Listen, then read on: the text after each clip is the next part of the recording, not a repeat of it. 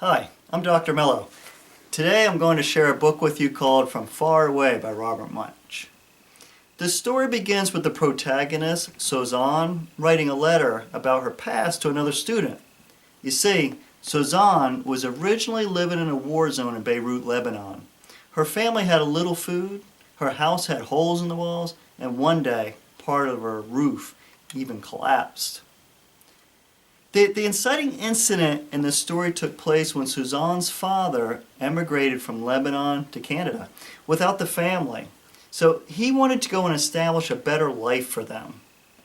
After what Suzanne considered a long time, as she says, her father sent plane tickets to help the family emigrate to Canada and allow Suzanne to attend school in Canada as well. Well, in Canada, this is where the rise in action of the story took place. Suzanne could not speak or understand English. Classmates talked to her, but she had no idea what they were saying. She also couldn't understand the teacher. Now, since she couldn't ask questions, she did what she had to do to get by. For example, when she needed to use the restroom, she snuck out of the classroom by crawling on the floor when the teacher wasn't looking. You see, Suzanne was dealing with a cultural difference between her old life in Lebanon and her new life in Canada. The climax of the story took place on one of her secret trips to the bathroom when the teacher wasn't looking.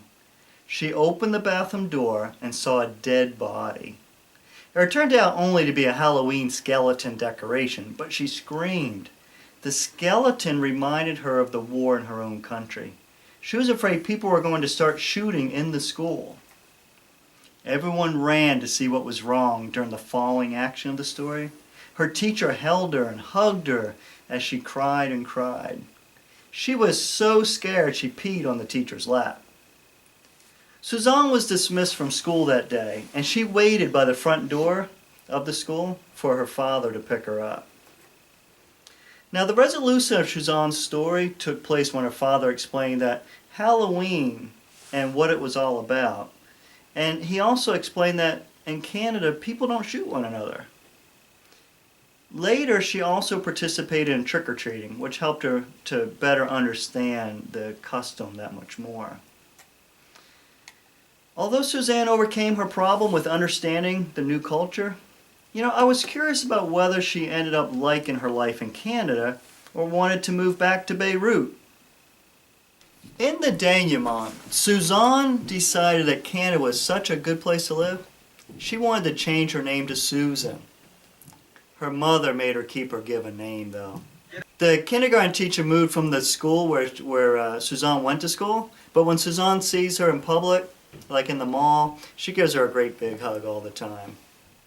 So after reading the story, I asked myself, would I recommend this book to encourage positive cultural pluralism?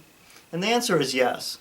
I feel the book does a great job showing how, although people look different, we all share similar desires and fears. Suzanne's parents wanted the best for their family, so they sacrificed to move from far away. I also feel children will relate to being scared when placed in a new environment with new people.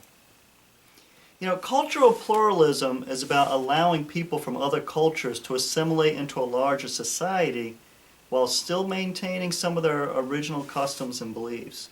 In the book, the mother, for example, continued to wear her traditional clothing and encouraged Suzanne to keep her cultural name, not change it to Susan, although now they're living in a new culture. Well, that is my review of Far Away by Robert Munch. I'm looking forward to hearing about your book reviews too. So thank you for watching and have a great day.